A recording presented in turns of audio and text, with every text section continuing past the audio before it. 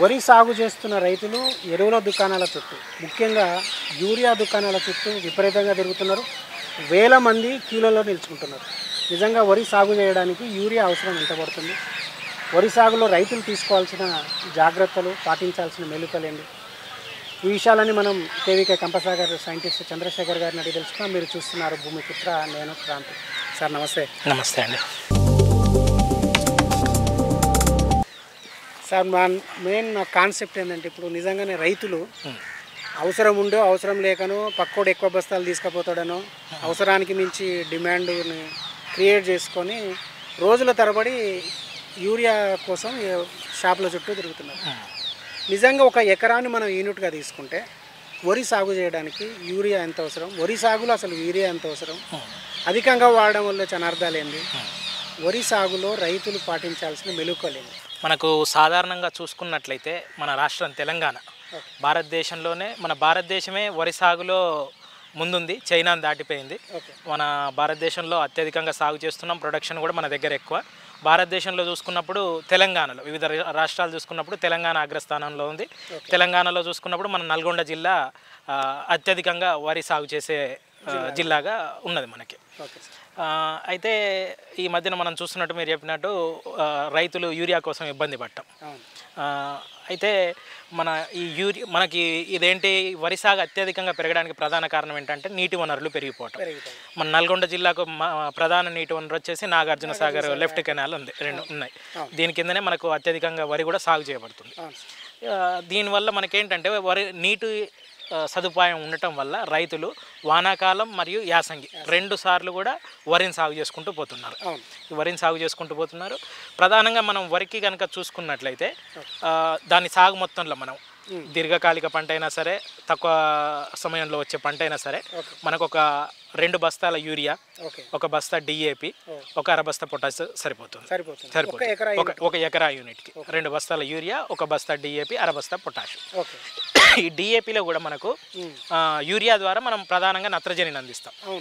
ఈ నత్రజని ఏంటంటే మొక్కలు బాగా పెరిగి పిలకలు రావడానికి, కిరణజన్య సమయక్రియ బాగా జరగడానికి, దీనివల్ల ఏంటంటే ఉత్పత్తి మంచిగా వస్తుంది. పెరుగుదలకు తోడ్పడే హార్మోన్ ఇది ఒకటి. పెరుగుదలకు తోడ్పడే మూలకం నత్రజని ప్రధానంగా యూరియాలో ఉంటుంది. దీంతోపాటు డిఏపిలో కూడా కొంత శాతం, అంటే మనకు 18% నత్రజని, అంటే ఒక బ్యాగు డిఏపి వేసుకుంటే 9 కిలోల నత్రజని వరకు అందుతుంది. యూరియాలో అయితే 46% నత్రజని ఉంటుంది.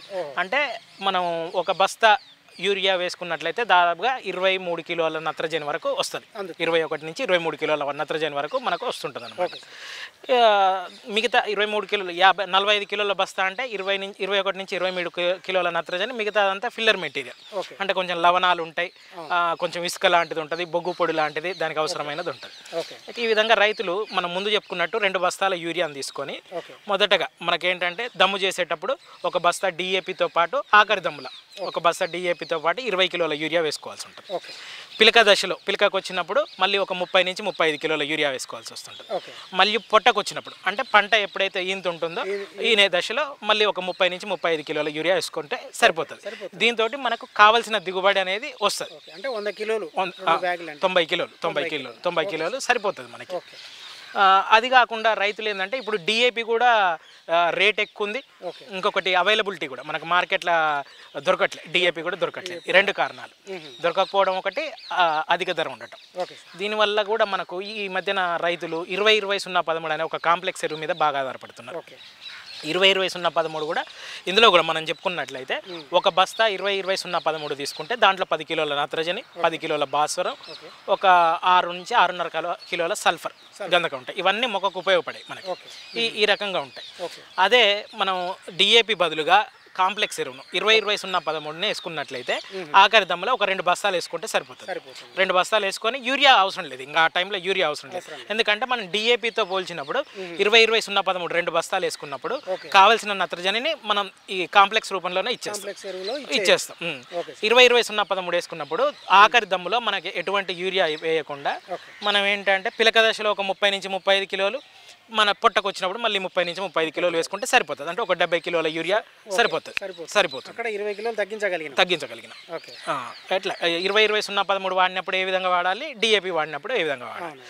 అయితే ఈ ఎరువులు కూడా ఒకటి మన దగ్గర ప్రధానంగా ఈ 2 బస్తాల యూరియా చెప్పినాం కదా, కానీ రైతులు మేము ఈ మధ్యన చేసిన సర్వే కానీ పోయిన యాసంగిలా చూసుకున్నట్లయితే దాదాపుగా ఎకరానికి 5 కిలోల 5 బస్తాల యూరియా వాడిన రైతులు కూడా ఉన్నారు. 2 నుంచి 5 చూడండి, అంటే మనకు 100% కంటే ఎక్కువ, దాదాపుగా 150% కావాల్సిన దానికంటే ఎక్కువ ఉపయోగపడుతున్నారు. చాలా మంది రైతులు 3 నుంచి 4 బస్తాలు వాడుతున్నారు. కానీ పోయిన యాసంగి చూసుకున్నట్లయితే ఆ సీజన్ ప్రభావం కానీ కొంచెం ఏదైనా ఉండొచ్చు, 5 బస్తాలు వాడిన రైతులు కూడా ఉన్నారు చాలా మంది. ఇది ప్రధానంగా మనం రైతుల దగ్గరికి వెళ్ళి అడిగినప్పుడు ఏం చెప్తున్నారంటే, ఇంతకుముందు యూరియా వేసుకుంటే ఒక 25-30 రోజుల తర్వాత వరకు పచ్చగా ఉండేది, ఈ మధ్యన ఏంటంటే 15 రోజులకే పసుపు రంగులోకి మారిపోతున్నాయి, అంటే ఎరుపుకి వస్తున్నాయి. అంటే యూరియా మనకేంటిది, అది ఆకుపచ్చ నుండి పసుపుకు మారినప్పుడు రైతుకు అర్థమైపోతుంది దీనికి యూరియా కావాలి, నత్రజని కావాలని అంటారు. ఈ 15 రోజుల్లోనే ఈ చేంజ్ కనపడుతుంది. అందుకే మేము ఎక్కువ యూరియా వాడుతున్నాం. కొంతమంది రైతులు యూరియా కూడా డూప్లికేట్ వస్తుంది ఇలాంటివి చెప్తున్నారు. కానీ యూరియా అనేది మనకు ఖచ్చితంగా సర్టిఫైడ్ కంపెనీస్ నుంచి వస్తుంది. 46% నత్రజని ఉన్నప్పుడే అది మార్కెట్లోకి వస్తుంది. దాంట్లో ఉండదు యూరియాలో ఏ విధమైనది ఉండదు. కాబట్టి ఇక్కడ మెయిన్గా ఏంటంటే మన సాగు పద్ధతుల వల్లనే ఇలాంటి వైపరీత్యాలను మనం చూడగలుగుతున్నాం. సాగు పద్ధతులు ఇంతకుముందు చెప్పుకున్నట్టు మనకు పెరిగిన నీటి వనరుల వల్ల రైతులు ఎక్కువగా దాదాపుగా ఈ కాలువ ఆయకట్టు ప్రాంతంలో చూసుకుంటే గత 40 సంవత్సరాల నుండి రైతులు వానాకాలం వరి, యాసంగి వరి, వానాకాలం వరి, యాసంగి వరి అంటే ప్రతి సంవత్సరం 2 సార్లు వరి పంటను సాగు చేస్తున్నారు. అదే సైకిల్లో ఉన్నారు. అయితే దీంట్లో పెద్ద ఇబ్బంది ఏంటంటే ఈ వరి సాగు చేసేటప్పుడు నీటిని పెట్టి దమ్ము చేస్తారు. దాదాపుగా 3 నుంచి 4 సార్లు, కొంతమంది రైతులు 3 సార్లు ఇరువాళ్ళు కొడుతుంటారు. ఫుల్ కేజ్ వీల్స్ తోటి ఇరువాళ్ళు కొట్టడం అనమాట చేస్తుంటారు బురదమల్ల. దీనికి ఏంటిది, నీరు ఎక్కువగా ఉంటుంది. మనం ఏంటి నేలను బాగా డిస్టర్బ్ చేస్తుంటాం. ఫుల్ కేజ్ వీల్స్ ట్రాక్టర్స్ తోటి, మిషనరీ తోటి డిస్టర్బ్ చేస్తాం. అట్లా దీనివల్ల ఏంటంటే నేల యొక్క లక్షణాలు అనేది క్షీణించిపోవడం జరుగుతుంది. నేల యొక్క లక్షణాలు క్షీణించిపోవడం. నేల మనం చూసుకున్నట్లయితే నేల సజీవంగా ఉంటుంది. నేలకు భౌతిక లక్షణాలు ఉంటాయి, రసాయనిక లక్షణాలు ఉంటాయి, జీవన లక్షణాలు ఉంటాయి. 3 రకాల లక్షణాలు ఉంటాయి.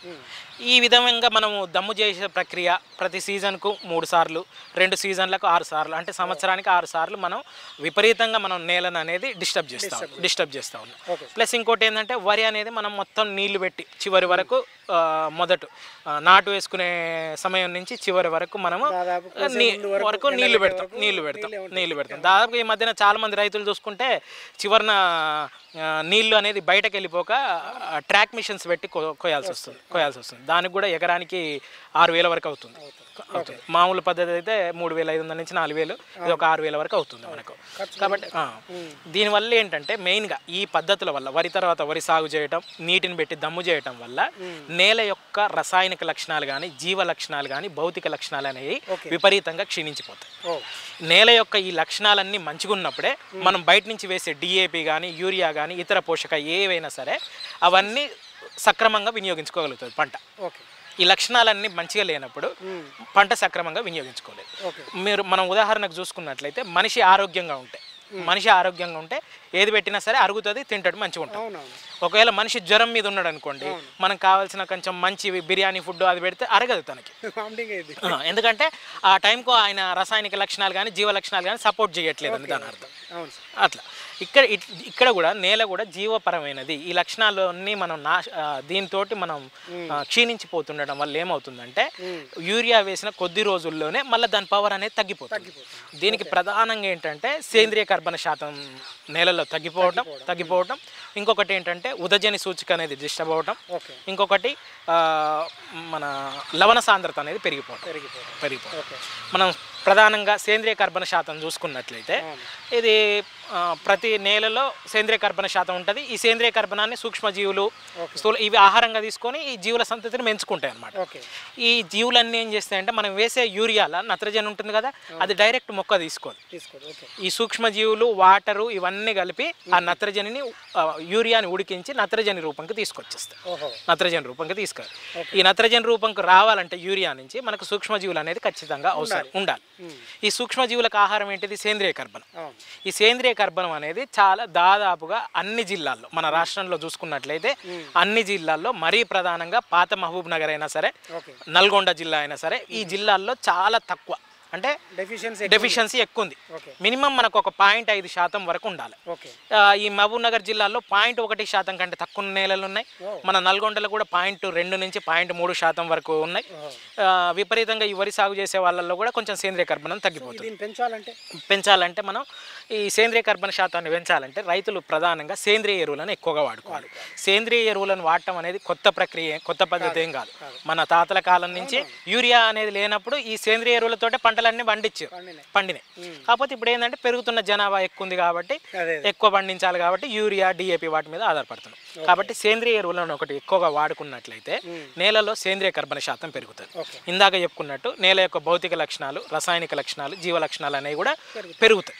దీనివల్ల ఏంటంటే నేల యొక్క నాణ్యత బాగుండి మనం కొద్దిపాటి యూరియా వేసినా కానీ దాని పవర్ అనేది ఎక్కువ కాలం నిల్వ ఉండడానికి చూపించడానికి అవకాశం ఉంటుంది. అదొకటి. ఈ సేంద్రియ కర్బనానికి సేంద్రియ ఎరువులు వేసుకోవటం, లేకుంటే వర్మి కంపోస్ట్ లాంటి ఎరువులు వేసుకోవటం, పేడ ఎరువులు వేసుకోవచ్చు, పెండమన్న వేసుకోవచ్చు. ఈ పేడ ఎరువులు కూడా రైతుల దగ్గర చూసుకున్నట్లయితే బాగా తగ్గిపోతున్నాయి. ఎందుకంటే పశు సంతతి అనేది బాగా తగ్గిపోయింది.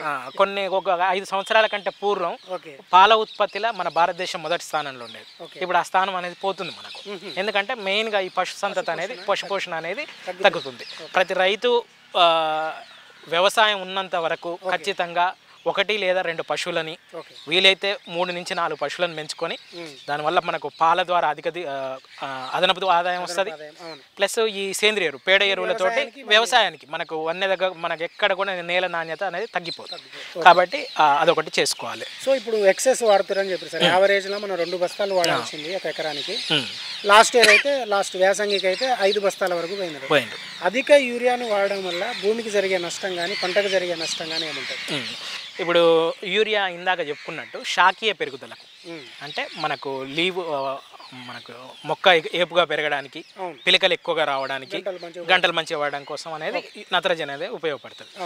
ఎక్కువ వేసుకుంటే ఏమవుతుందంటే మోతాదుకు మించి పెరిగిపోతుంది మొక్క అనేది మోతాదుకు మించి పెరిగిపోతుంది. అంటే కావాల్సిన దానికంటే ఎక్కువ ఎత్తు పెరిగిపోతుంది. ఇప్పుడు మనం కూడా కావాల్సిన దానికంటే ఎక్కువ లావ్ అయిపోయాం అనుకోండి, మనకి ఒబెసిటీ లాగా అవుతుంది. పంటకు కూడా సేమ్ ఏంటంటే ఈ శాఖీయ పెరుగుదల ఎక్కువైపోయి గ్రీన్ కలర్ అనేది ఎక్కువ వచ్చినప్పుడు చీడపీడలు అనేది ఈజీగా ఆకర్షిస్తుంది. చీడపీడలను ఆకర్షిస్తుంది, తట్టుకునే శక్తిని కూడా కోల్పోతుంది. చీడపీడలను తట్టుకునే శక్తి కోల్పోతుంది. అప్పుడు ఏమవుతుంది, పురుగులు కానీ ఏమైనా వ్యాధులు కానీ ఎక్కువగా వచ్చేసి మళ్ళీ రైతులు అదనంగా పెట్టుబడి పెట్టాల్సి వస్తుంది. ఎందుకంటే ఈ పురుగులని తగ్గించడానికి కానీ, వ్యాధులను తగ్గించడానికి కానీ అదనపు పెట్టుబడి పెట్టాల్సి వస్తుంది. ఈ మధ్యన చూసుకుంటే ఏ రకమైన చిన్న పురుగు మందు తీసుకున్నా సరే 700 నుంచి 2000 వరకు ఉంటుంది. ఇక్కడ అంతే. ఇక్కడ యూరియా ఎక్కువ వేసినందుకు పెట్టుబడి పెట్టాలి, మళ్ళీ అవి తగ్గించుకున్నందుకు పెట్టుబడి పెట్టాలి. ఇది ఒక ప్రధాన పెస్టిసైడ్ రెండు కలిసి వస్తుంది, రెండు అదనంగా భారం అవుతుంది. దానివల్ల ఏంటంటే రైతుకు సాగు ఖర్చు అనేది బాగా పెరుగుతుంది. సాగు ఖర్చు పెరిగిపోయి ఆదాయం తగ్గిపోతుంది. అదొకటి మెయిన్.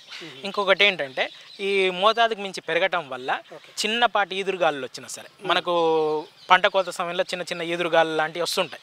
వచ్చినప్పుడు ఏంటంటే మొత్తం పడిపోతాయి, మొత్తం నేల పడిపోతాయి. ఒకవేళ వాటర్ ఏమైనా ఉన్నదంటే మనం దాన్ని తీసుకోలేము. ఒకవేళ నీళ్ళు ఏం లేకున్నా సరే పంట కోసే టైంలో హార్వెస్టర్ని మార్చాల్సి ఉంటుంది. పడిపోయిన పంటను మనం తీసుకోవాలంటే దాదాపుగా ఎకరానికి 2000 నుంచి 2500 అదనంగా పెట్టాల్సి వస్తుంది. పంట పడిపోతే 2000 నుంచి ఎకరానికి 2500 రూపాయల వరకు అదనంగా పెట్టబడాల్సి వస్తుంది. అదొకటి. ఇవి మనం ప్రత్యక్షంగా చూస్తాం. పరోక్షంగా మనకు తెలియకుండా ఏంటంటే నేల యొక్క నాణ్యత అనేది బాగా దెబ్బతింటది. నేల యొక్క నాణ్యత మొదటగా చూసుకున్నట్లయితే లవణ సాంద్రత అనేది బాగా పెరిగిపోతుంది. లవణాల సాంద్రత అనేది బాగా పెరిగిపోతుంది. క్షారగుణం పెరుగుతుంది. ఈ క్షారగుణం పెరగటం వల్ల ఏంటంటే నేలలో అనేక రకాల సమస్యలు, అంటే కొన్ని రకాల పోషకాలు ఉన్నప్పటికీ నేలలో మొక్క తీసుకోకుండా తీసుకోలేదు. ప్లస్ ఇంకొకటి ఏంటి, చౌడు బారుతుంది అంటాం. ఇప్పుడు కొన్ని చౌడు ప్రాంతాల్లో అసలు మొక్క కూడా పెరగదు. ఎందుకంటే ఈ చౌడు ఉన్నప్పుడు మొక్క నీటిని తీసుకోలేదు, పోషకాలను తీసుకోలేదు. మనకి ఎంత నీళ్లు పెట్టినా సరే తీసుకోలేదు. కాబట్టి మొక్క అనేది అల్టిమేట్గా పెరగదు అనమాట మనకు. ఇవి కాకుండా మనకు నేలకు నష్టం జరుగుతుంది, రైతుకు నష్టం జరుగుతుంది. ఇంకొక ప్రధాన నష్టం ఏంటంటే వాతావరణం. ఈ నత్రజని నుంచి మనకు మనం 100 కిలోల యూరియా వేసుకుంటే అందులో మొక్క ఎంత 45 నుంచి 50 కిలోలు ఉపయోగించుకుంటాం. మిగతా 50 నుంచి 55 కిలోలు అనేది ఏమవుతుందంటే మనకు వాతావరణంలోకి వెళ్ళిపోతుంది. వాయు రూపంలో వాతావరణంలోకి వెళ్ళిపోతుంది. ఇట్లా వెళ్ళిపోయినప్పుడు ఏంటిదంటే వాతావరణ కాలుష్యం. ఈ రోజు చూసుకున్నట్లయితే ఈ రోజు ఒక 10 సంవత్సరాల కిందట టెంపరేచర్ చూడండి, ఇప్పుడు టెంపరేచర్ చూడండి పెరిగిపోయినాయి. దీంట్లో చాలా రకాల కారణాలు ఉంటాయి. ఇది కూడా ఒక కారణం. మన వ్యవసాయంలో కంటిన్యూస్గా వరి సాగు చేయటం, మళ్ళీ వరిలో ఎక్కువ యూరియా వాడటం. ఈ యూరియా వాడటం వల్ల కొన్ని రకాల వాయువులు అనేది వాతావరణంలోకి విడుదలైపోయి ఎండ తీవ్రత అనేది పెరుగుతుంది. ఇది ఒక ఓజోన్ పొరకు మనకు చిల్లు పట్టడం, అలాంటిది రంధ్రాలు పట్టడం, ఇలాంటిది ఒకటి ప్రధాన సమస్యగా చెప్పుకోవచ్చు. ఈ ఇంతే కాకుండా ఇంకోటి ఏంటంటే మనకు భూగర్భ జలాల కలుషితం. మనకి ఎన్ని ఫిల్టర్లు ఉన్నా సరే, గ్రౌండ్ వాటర్ కూడా మనకు ఎన్ని రకాల ఫిల్టర్ ఉన్నా సరే మనకు సోర్స్ వచ్చేసి భూగర్భ జలం. దాన్ని ఫిల్టర్ చేసుకుంటాం మనం. ఈ ఫిల్టర్లు కూడా ఏంటంటే ఉన్న హానికరక ఏవైతే ఉంటాయో వాటిని కొంతవరకు తగ్గిస్తాయి. మనకు కావాల్సినంత తగ్గించవు, దాని కెపాసిటీ మేరకు తగ్గిస్తాయి. దీంట్లో మనకు నత్రజని శాతం అనేది భూగర్భ జలాల్లో పెరిగినప్పుడు అది మనం అల్టిమేట్గా మనం తాగే నీళ్ళలోకి వచ్చేస్తాయి, తాగే వాటర్లోకి వచ్చేస్తాయి. ఈ తాగే వాటర్ మనం చూసుకున్నప్పుడు కూడా ఇది మనకు ఈ నత్రజని మనం డైరెక్ట్గా తీసుకుంటే ఏమవుతుంది అంటే పాము విషంతో సమానం. ఇది పాము విషంతో సమానం. డైరెక్ట్గా మనం మెదడుని బ్రెయిన్ని అటాక్ చేస్తారు. అత్యధికంగా ఏంటంటే చిన్న పిల్లల్లో ఎక్కువగా కనపడుతుంది. ఇది పెద్దవాళ్ళలో కూడా అవుతుంది కానీ స్లోగా అవుతుంది. మనం యూరియా వాడకాన్ని తగ్గించుకోకపోతే మన రైతు మోతాదుకు మించి వేయటం వల్ల పంటకు నష్టం జరుగుతుంది, నేలకు నష్టం జరుగుతుంది, మనుషులకు నష్టం జరుగుతుంది, వాతావరణానికి నష్టం జరుగుతుంది, పెట్టుబడి రూపంలో రైతు కూడా నష్టం జరుగుతుంది. కాకపోతే రైతుకి ఏంటంటే ఇమీడియట్గా కనపడుతుంది, పంట మీద ఇమీడియట్గా కనపడుతుంది, అందంగా కనపడుతుంది. కాకపోతే ఇలాంటి కొంత ఎక్సెస్ యూసేజ్ వల్ల కొంతవరకు మనకు దిగుబడి అనేది కొంత పెరుగుతుంది. కాకపోతే రైతులు ఏంటంటే మనం పెట్టిన పెట్టుబడికి దిగుబడికి ఖచ్చితంగా ఆలోచించుకోవాలి. ఇప్పుడున్న సీజన్ ఆలోచించుకున్నప్పుడే వ్యవసాయం అనేది లాభసాటిగా ఉంటుంది. మనకు 4 కిలోల దిగుబడి ఎక్కువ వచ్చిందని చూసుకోకుండా మనం పెట్టిన పెట్టుబడికి తగ్గ దిగుబడి వచ్చిందంటే ఎప్పటికీ వర్కౌట్ అవ్వదు. అది దిగుబడి ఎక్కువనే కనపడుతుంది కానీ పెట్టిన పెట్టుబడి పరంగా చూస్తే మాత్రం దిగుబడి కూడా నష్టాల్లో. సెంట్రల్ గవర్నమెంట్ ఎక్కువ చాలా ప్రకటనలలో కానీ వాళ్ళ స్టేట్మెంట్స్లలో కానీ ఈ నానో యూరియా గురించి పదే వస్తున్నది. అంటే ఇప్పుడు యూరియాకు ప్రత్యామ్నాయంగా ఈ నానో యూరియా కూడా చూసుకున్నట్లయితే మనకు 1/2 లీటర్ బాటిల్ ఉంటుంది. మనకు కంపెనీస్ చెప్పేది ఏంటంటే ఈ 1/2 లీటర్ బాటిల్ ఒక బస్తాకు సమానం అని చెప్తున్నారు. 45 కేజెస్కి. ఈ ప్రధానంగా ఏంటంటే ఈ నానో రూపంలో మనం నత్రజనిని ఇచ్చినప్పుడు ఇంతకు ముందు చెప్పాను కదా 45 నుంచి 50% మొక్క వినియోగించుకుంటాం. అదే నానో రూపంలో ఇచ్చినప్పుడు 80% పైగా మొక్క వినియోగించుకుంటుంది. 80% పైగా వినియోగ సామర్థ్యం ఎక్కువగా ఉంటుంది. కాకపోతే ఏంటంటే ఈ నానో పైన పరిశోధనలు అనేది యూనివర్సిటీలో విస్తృతంగా నడుస్తున్నాయి. రీసెర్చ్ స్టేజ్లో ఉంది. కాబట్టి మనకు వచ్చిన తర్వాత అధికారికంగా ప్రకటించవచ్చు. ప్రస్తుతానికి రైతులు ఏంటంటే ఒక బస్తా తగ్గిపోయినా సరే ప్రత్యామ్నాయంగా దాన్ని వాడుకుంటే ఇబ్బంది ఏముండదు. నానో యూరియాని వాడుకుంటే ఇబ్బంది ఏముండదు. సో మీరు చెప్పేది ఫైనల్గా ఏంటంటే ఎకరానికి 2 బస్తాలకు మించి యూరియాను వాడద్దు. సో డిఏపితో కలిపి వాడుకున్నప్పుడు తగ్గుతుంది, ఇంకో కాంప్లెక్స్ ఎరువుతో కలిపి వాడుకున్నప్పుడు కూడా తగ్గుతుంది. ఇంకొకటి ఏంటంటే వానాకాలం యాసంగి 2 సార్లు పండిస్తాం మనం. వానాకాలంలో మనకు వాన నీటిలో కూడా మనకు నత్రజని శాతం ఉంటుంది. 0.2 నుంచి 0.3%, ఒక్కోసారి 0.5% వరకు కూడా ఉంటుంది అనమాట. అంటే ఒక 10 మిల్లీమీటర్ల వర్షం పడిందంటే మనకు 3 నుంచి 5 కిలోలు, ఒక హెక్టార్కి 3 నుంచి 5 కిలోల నత్రజని అందినట్టు. 100 మిల్లీమీటర్లు పడ్డదంటే 30 కేజీల నుంచి 50 కేజీల నత్రజని అనేది మనం పంటకి ఇచ్చినట్టే. ఈ వర్షాకాలం చూసుకుంటే మనకు వర్షాలు కూడా బాగానే పడ్డాయి. అంటే నత్రజని కూడా ఎక్కువనే వచ్చినట్టు. కాబట్టి నేను చెప్పిన 2 బస్తాలకు కూడా మనం ఇంకా తగ్గించుకోవచ్చు. రైతులు ఇంకా తగ్గించుకోవచ్చు. అంటే పక్క రైతు వేస్తున్నాడని మనం వేసుకున్నాడు అట్లాంటిది పెట్టుకోకుండా రైతులు అవసరానికి తగ్గట్టు. ఇంకొకటి ఏంటంటే రైతులు ఇలాంటి నేల యొక్క నాణ్యతను పెంచుకునేందుకు సేంద్రియ ఎరువులను వాడుకోవటం ఉత్తమం. ఇంకోటి వరి తర్వాత వరి సరే మనకు నీటి పారుదల ఎక్కువగా ఉంది కాబట్టి వేరే పంటకు లేదు కాబట్టి ఖచ్చితంగా మన వానాకాలం పంట స్టార్ట్ చేయడానికంటే ముందు జనుము కానీ జీలుగు కానీ పెసర కానీ మినుము కానీ ఇట్లాంటి గ్రీన్ మెన్యూరింగ్ కోసం వాడుకున్నట్లయితే మనం నేలలో కొంచెం నత్రజని శాతాన్ని పెంచవచ్చు. చౌడు బారకుండా కూడా పూర్తి సేంద్రియ సాగు చేసే వాళ్ళు చేసే ప్రాక్టీస్ చేసుకోవచ్చు. మామూలు రైతులు కూడా చేసుకుంటే ఏంటంటే ఈ యూరియా వినియోగ సామర్థ్యం అనేది పెరిగిపోతుంది. దానివల్ల యూరియా వాడకం తక్కువ అవుతుంది. ప్రధానంగా ఈ పిల్లి పెసర కానీ పెసర మినుము పప్పు జాతి పంటలు ఏదైనా సరే గ్రీన్ మెన్యూర్గా వాడుకున్నప్పుడు ఏమవుతుందంటే ఈ పప్పు జాతి పంటల్లో ఒక రైజోబియం అనే ఒక బ్యాక్టీరియా ఉంటుంది. ఇది డైరెక్ట్గా వాతావరణంలో 78% నత్రజని ఉంటుంది. ఆక్సిజన్ 20% ఉంటే నత్రజని 78% ఉంటుంది. ఈ 78% నత్రజన్ని ఈ రైజోబియం బ్యాక్టీరియా డైరెక్ట్గా తీసుకొని నేలలో ఫిక్స్ చేస్తుంది. మనం వాటిని కలియదునుకున్నప్పుడు ఏమవుతుందంటే నత్రజని శాతం అనేది ఆల్రెడీ కొంత ఉంటుంది. నేల యొక్క లక్షణాలు కూడా మెరుగుపడి మనం తక్కువ యూరియా వాడినప్పటికి కూడా మంచి దిగుబడులు రావడానికి అవకాశం ఉంటుంది. మొక్క ఎదుగుదల బాగుంటుంది. సో మీరు ఇందాక ఒక విషయం చెప్పారు సార్, ఏది అంటే భూమిని పదే దున్నడం వల్ల దాని స్వరూపాన్ని భూమి లక్షణాన్ని కోల్పోతుంది. నిజంగా వరి సాగు చేయడానికి ఎన్నిసార్లు దున్నితే సరిపోతుందో అంటారు? అంటే మామూలుగా తడిలో కానీ పొడిలో కానీ ఎన్నిసార్లు దున్నారు? మనకు డిస్టర్బ్ అవుతుందని మీరు అన్నారు కదా, అది కాకుండా ఉండాలంటే మనకు ఫుల్ కేజ్ వీల్స్ కాకుండా హాఫ్ కేజ్ వీల్స్ అనేవి ఉంటాయి. హాఫ్ కేజ్ వీల్స్ తోటి 2 సార్లు మనం ఇరువాలు చేసుకొని మనం చేసుకుంటే సరిపోతుంది. Full cage wheels half cage wheels కు చాలా తేడా ఉంటుంది. మనకు డైలర్ డిస్టర్బెన్స్ అనేది హాఫ్ కేజ్ వీల్స్ తోటి చేసుకుంటే సరిపోతుంది మనకి. అంతే ఫుల్ కేజ్ వాడకుండా హాఫ్ కేజ్ వీల్స్ తోటి. ఇప్పుడు యూరియా యూసేజ్ ఒక వరిలనే కాకుండా మనకు పత్తిలో కూడా ఉంటుంది కదా. అవును, దాని గురించి ఏం చెప్పగలుగుతారు? పత్తిలో కూడా మనకు 2 బస్తాల యూరియా అంటే 2 బస్తాలు 90 కిలోలు, ఇంకొక 10 కిలోలు 100 కిలోల యూరియా అనేది సరిపోతుంది మనకు ఎకరానికి. ఒక ఎకరం పత్తి సాగు చేయాలంటే దీంతో పాటు ఒక బస్తా డిఏపి అందుబాటులో లేదంటే 3 బస్తాల సింగిల్ సూపర్ ఫాస్ఫేట్ అదైనా వాడుకోవచ్చు. ఒక 40 కిలోల పొటాష్ అవసరం ఉంటుంది. ఈ పత్తిలో కూడా రైతులు ఏంటంటే మనకు ఈ మధ్యనున్న లేబర్ షార్టేజ్ వల్ల కావచ్చు కానీ లేకుంటే లేబర్ ఎక్కువ డిమాండ్ చేయడం వల్ల కానీ ఒకేసారి కావాల్సిన ఎరువుని 2 సార్లే వేస్తున్నారు. 2 సార్లు వేయడం వల్ల విడతల వారిగా కాకుండా 2 సార్లే మొత్తం కంప్లీట్ చేస్తున్నారు. దీనివల్ల ఏంటంటే మనం ఎక్కువ ఇచ్చినప్పటికీ మొక్క తీసుకోలేదు, వాతావరణంలో కానీ భూగర్భ జలాల్లో కానీ వెళ్ళిపోతుంది. కాబట్టి కావాల్సిన యూరియాని అంటే 100 కిలోల యూరియాని 40 కిలోల పొటాష్ని 4 సార్లు వేసుకోవాల్సి విత్తినంగా మొలకొస్తుంది.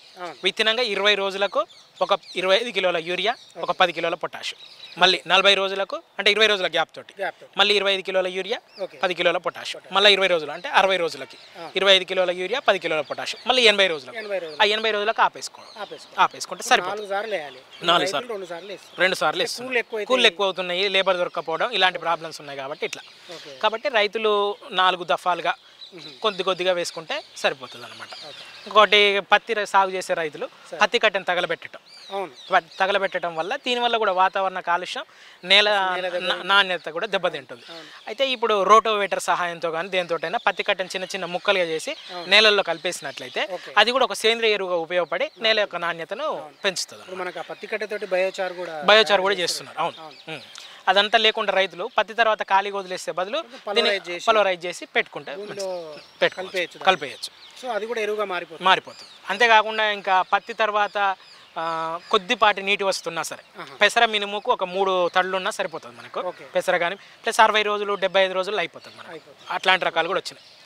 అవి వేసుకున్నప్పుడు కూడా మనకు కొన్ని అనర్థాలు అంటే పోషక లోపాలు, ప్రత్యేకంగా పండాకు తెగుళ్ళు కానీ ఇలాంటివి వస్తుంటాయి పత్తిలో. దాదాపుగా పత్తి పంటలో వస్తుంది. ఇది ఎందుకంటే పత్తి తర్వాత మళ్ళీ వానాకాలం పత్తి, మళ్ళీ పత్తి ఇలాంటివి వేయటం వల్ల కొన్ని రకాల పోషక లోపాలు వస్తాయి. ఇట్లా పంట మార్పిడిని పాటిస్తే ఖచ్చితంగా ఈ చిన్న చిన్న సూక్ష్మ పోషకాల లోపం అనేది కనిపించకుండా పోతుంది అనమాట. ఓకే సార్, థ్యాంక్ యూ అండి. ఓకే.